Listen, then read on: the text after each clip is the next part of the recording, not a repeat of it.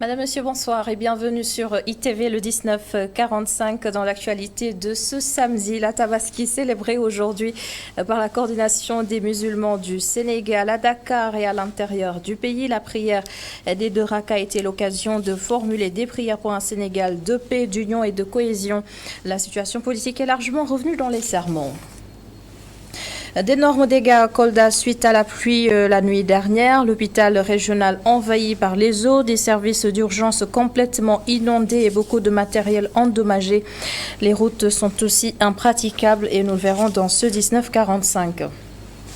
L'actualité de ce samedi, c'est aussi les suites du drame de Kafountine qui a fait 15 morts et des disparus en mer. Après cet épisode malheureux, les autorités de la commune ont décidé de miser sur l'emploi des jeunes, la sensibilisation et la prévention pour venir à bout du phénomène.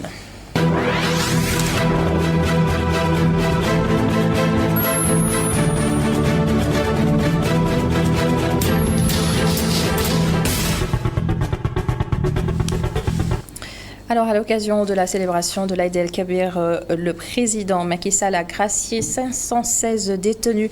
Selon un communiqué du ministère de la Justice, les bénéficiaires de cette mesure de clémence sont généralement des délinquants primaires, des personnes âgées de plus de 65 ans ou même des personnes gravement malades et aussi des mineurs.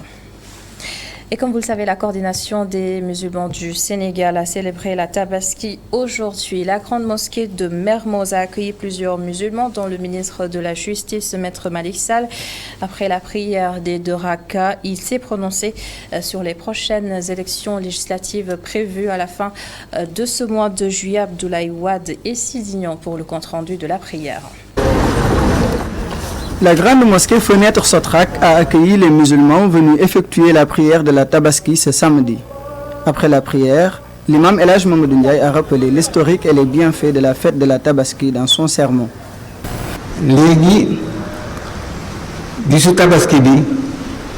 Le prophète a dit que le jour de la Tabaski, le sacrifice du mouton est un acte qui sauve le musulman de l'enfer. Poursuivant, l'imam a rappelé les enseignements prophétiques qui garantissent une meilleure cohabitation. Ce qui me semble plus important en cette période est de rappeler que nul n'est au-dessus de l'autre. Nous sommes tous égaux devant Dieu.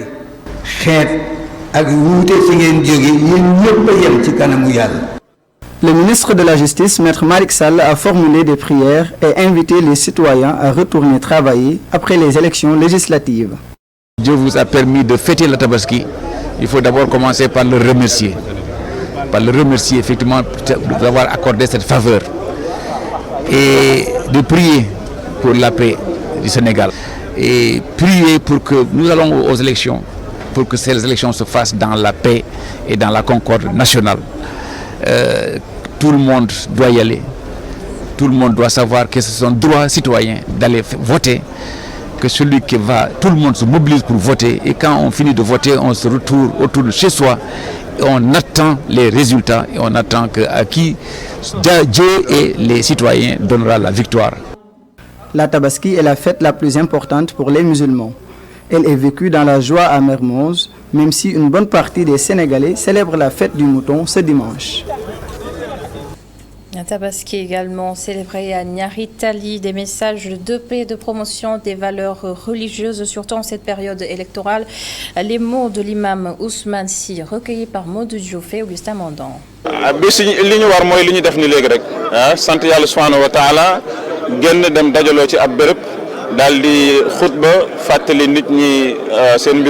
Nous rendons grâce à Allah avant toute chose. Nous avons ainsi rempli notre mission aujourd'hui, qui est de convier les musulmans dans un endroit où nous leur rappelons les paroles de Dieu à travers un sermon. Ensuite, nous avons sacrifié un mouton comme recommandé. Je pense que la Tabaski doit également être un jour qui doit permettre à toutes et à tous de cultiver la paix au quotidien. C'est important. Par ailleurs, nous sommes à quelques jours des législatives. Nous estimons qu'il est tout aussi important que l'on évite certains propos de nature à déstabiliser notre pays.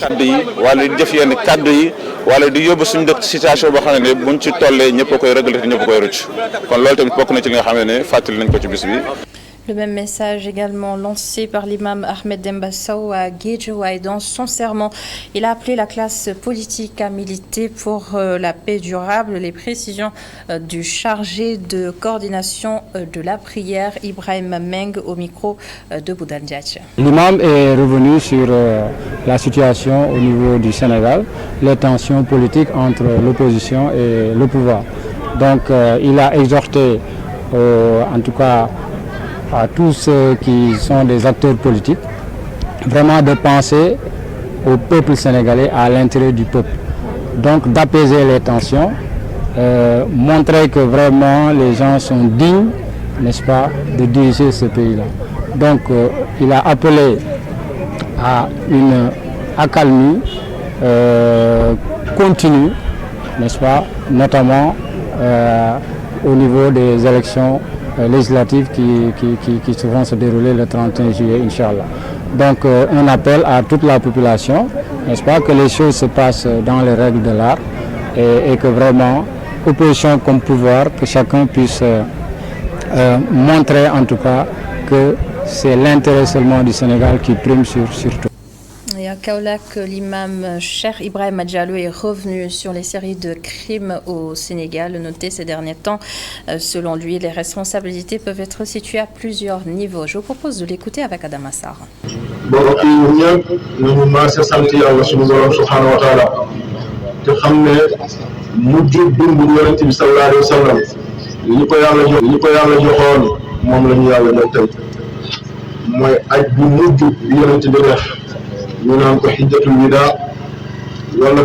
Nous remercions le bon Dieu de nous avoir donné la chance de célébrer la fête de l'Aïd el-Kébir aujourd'hui. Je tiens à préciser que le dernier pèlerinage que le prophète Mohammed, paix et salut sur lui, a effectué a coïncidé avec un jour de vendredi. Et le lendemain, un jour de samedi, il a célébré la fête de Tabaski. Nous avons fait la même chose cette année. C'est pourquoi nous remercions le bon Dieu. Je lance un appel à l'endroit des populations, surtout les jeunes. Je les appelle à être beaucoup plus conscients. Il ne faut pas suivre aveuglément les hommes politiques. Les jeunes qui ont perdu la vie lors des derniers événements, aujourd'hui on ne parle plus d'eux. Les hommes politiques ne sont intéressés que par leurs propres intérêts.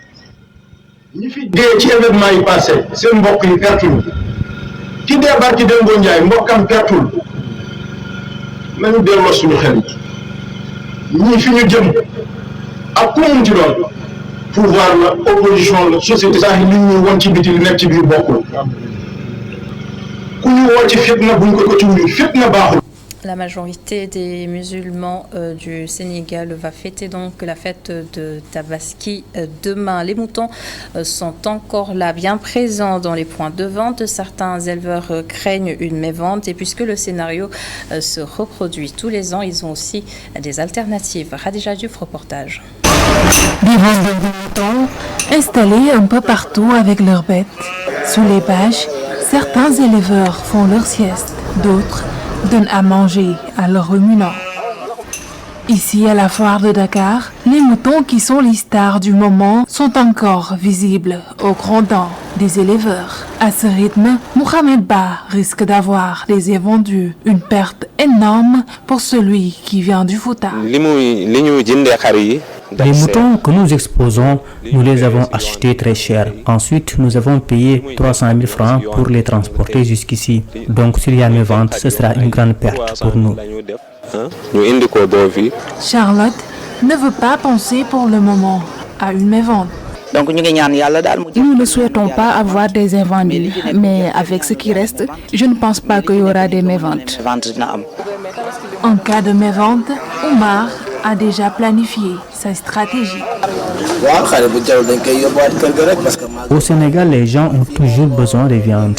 S'il y a des invendus, Nous transporterons nos bêtes à la maison et nous attendrons d'autres événements, comme le Magal par exemple, ou le retour des pèlerins pour les vendre. À quelques heures de la fête, les moutons sont encore visibles dans les différents lieux de vente. Ces éleveurs désespérés pensent déjà à l'après-Tabaski avec le retour des pèlerins pour tout écouler. Merci beaucoup Khadija Diouf pour ce reportage. L'actualité de ce samedi, c'est aussi des images affligeantes largement partagées la nuit dernière sur les réseaux sociaux notamment. Il s'agit des dégâts de la pluie à l'hôpital de Kolda, le bloc opératoire ou encore la salle de réanimation complètement inondée, le matériel endommagé. À côté de ces désagréments au centre hospitalier, les routes sont toujours impraticables. Et nous allons là-dessus écouter le porte-parole des jeunes, Abdulrahman Baldé, les jeunes qui se sont donc mobilisés pour limiter les dégâts. Notre présence ici, au niveau de l'hôpital régional, s'explique par le fait qu'il y a eu de très fortes pluies qui se sont abattues cette nuit dans la région, particulièrement dans la commune de Kolda, qui ont inondé l'hôpital régional, du fait que le mur de clôture a cédé. Donc, le canal qui évacue l'eau est un peu étroit, ce qui fait que l'eau traverse et se retrouve dans l'hôpital. Donc, il y a beaucoup de salles qui sont inondées, mais alhamdoulilah, donc il y a eu un acte de bravoure et de citoyenneté de très haute portée, des jeunes de la commune de Kolda, particulièrement des jeunes de Saré Moussa, donc qui sont là, donc sans condition aucune, qui sont venus donc prêter main forte au personnel de l'hôpital régional. Il se trouve qu'au moment où je vous parle, que l'eau a été évacuée totalement, donc dans toutes les salles, particulièrement au niveau du bloc opératoire et de la maternité. L'eau a été évacuée avec l'appui effectivement du personnel, mais surtout de la bravoure et de l'engagement des jeunes qui sont venus sans condition et ont pris à bras le corps le travail. On les remercie du fond du cœur. Donc, ce qui fait que très tôt le matin, les femmes de ménage vont reprendre le travail, évacuer le restant, ce qui fait que en quelques heures, le travail pourra être repris dans ces différentes salles de service. Près de 2 semaines après le drame de Kafountine, le bilan officiel fait état de 15 morts et plusieurs disparus. Les autorités locales ont initié un forum de sensibilisation sur l'immigration irrégulière. Elles comptent ainsi mettre en place une stratégie solide afin que Kafountine ne soit plus un point de départ vers l'Europe. 3 mots-clés ont été retenus: sensibilisation, dénonciation et prévention. Hassan Ba, correspondance. Plus jamais de départ de migrants clandestins à partir de Kafountine. C'est le défi des autorités de la commune et de l'arrondissement de Diouloulou. Pour en arriver, elles comptent sur une collaboration parfaite de tous les acteurs. J'ose espérer que le combat va commencer aujourd'hui et que plus aucun autre départ se fera ici à Kafountine, à partir de Kafountine. En tout cas, vraiment, c'est le défi que nous lançons. Et je sais que si tout le monde, si tous les acteurs collaborent avec les forces de défense et de sécurité, ce phénomène-là sera enrayé ici dans notre commune et dans notre arrondissement. En première ligne dans cette lutte contre l'immigration irrégulière dans la zone, la gendarmerie de Diouloulou veut d'abord prévenir les départs en ayant la bonne information. Et ça, c'est à l'endroit des populations et particulièrement des chefs de village, des leaders d'opinion, que sont les présidents de jeunesse, les présidents d'associations, les chefs de village, pour nous aider à prévenir les départs. Parce que quand il y a départ, ça veut dire que nous, on a échoué. Donc notre mission principale, dans notre mission la plus importante, c'est de prévenir les départs. Ensuite, les hommes en bleu veulent plus de collaboration pour dénoncer ces personnes. Le commandant-chef de brigade donne quelques indices du modus operandi des convoyeurs. Ils confectionnent une pirogue, ils viennent mettre ça au niveau des ballons. Tout le monde sait que les ballons sont difficiles d'accès. Avec mon véhicule, je ne peux pas aller tout de suite à Hilol ou bien à Saloulou. Il faut une préparation. Donc ils savent que c'est des zones difficiles d'accès, mais qui sont habitées. Donc on peut les combattre si on a la collaboration des chefs de village, des jeunes qui sont tout le temps en train de faire la pêche ou bien la navette. Le trafic de migrants est sanctionné par la loi 2005-06 du 10 mai 2005 relative à la lutte contre la traite des personnes et pratiques assimilées. Elle prévoit une peine d'emprisonnement de 5 à 10 ans.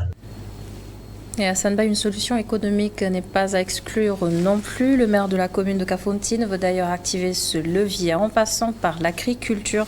David Diatta souhaite encourager les jeunes à exploiter les terres. Regardez.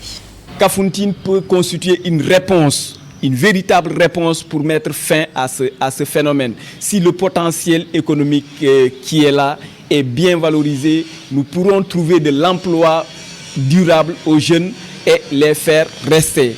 Pour cela, également, au niveau d'ici de la collectivité territoriale, nous avons initié un programme agricole pour vraiment encourager les jeunes à revenir ici et travailler. Nous en avons des modèles de réussite de jeunes étudiants qui n'ont pas certes fait l'immigration, mais qui ont été à l'université avec un niveau très élevé, qui ont accepté de revenir et d'exploiter la terre. Aujourd'hui, c'est des modèles de réussite.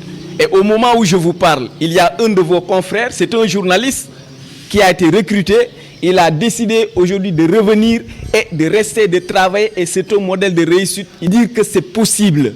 C'est possible à ce que la jeunesse sénégalaise reste, travailler et gagner dignement leur vie. Et dans le reste de l'actualité, la CEDEAO a finalement levé l'embargo sur le Mali, une bouffée d'oxygène pour nos voisins. Les pertes commerciales avec le Sénégal sont cependant estimées à 600 milliards de francs CFA. C'est ce qu'a révélé cette semaine le journaliste et directeur de la rédaction du Vrai Journal, Abdoulaye Mbow. Mamadou Dieng et Sédena Mbaye l'ont rencontré pour notre article de la semaine.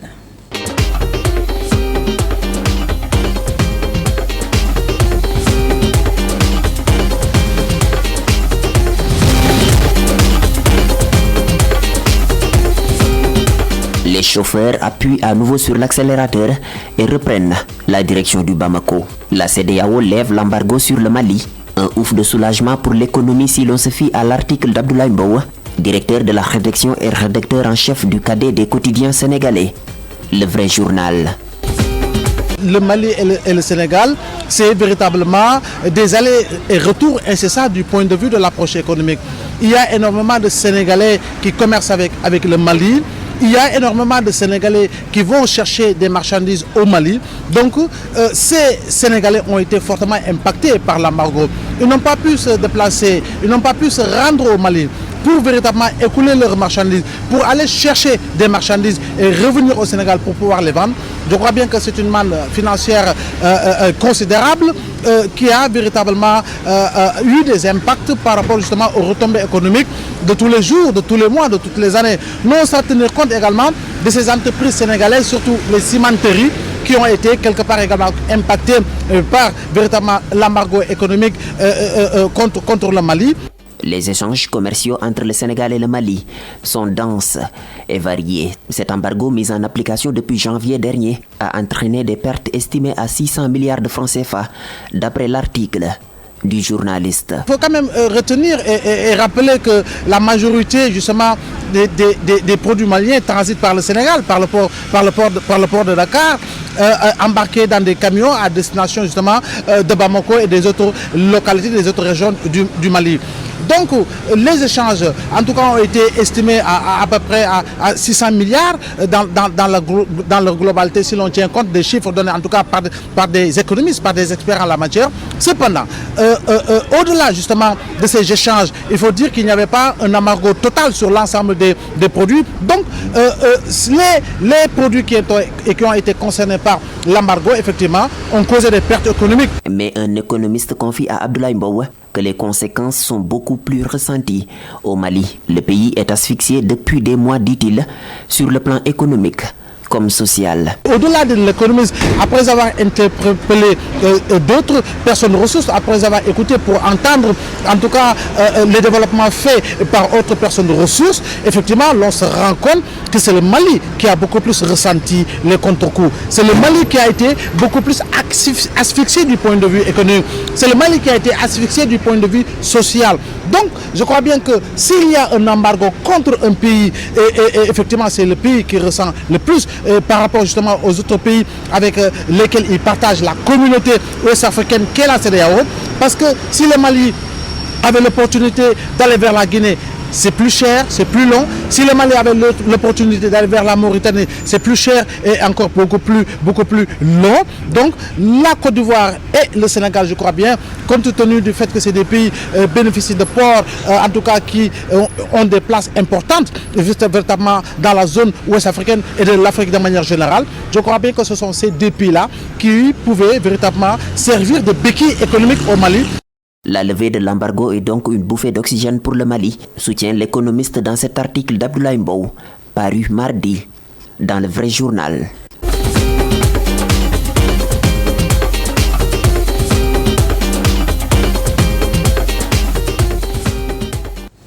Merci beaucoup Mamadou Dieng pour l'article de la semaine. Merci également à vous d'avoir été avec nous ce soir. C'est donc la fin de cette édition. Un merci aussi à l'ensemble des équipes en régie et bonne suite des programmes sur ITV.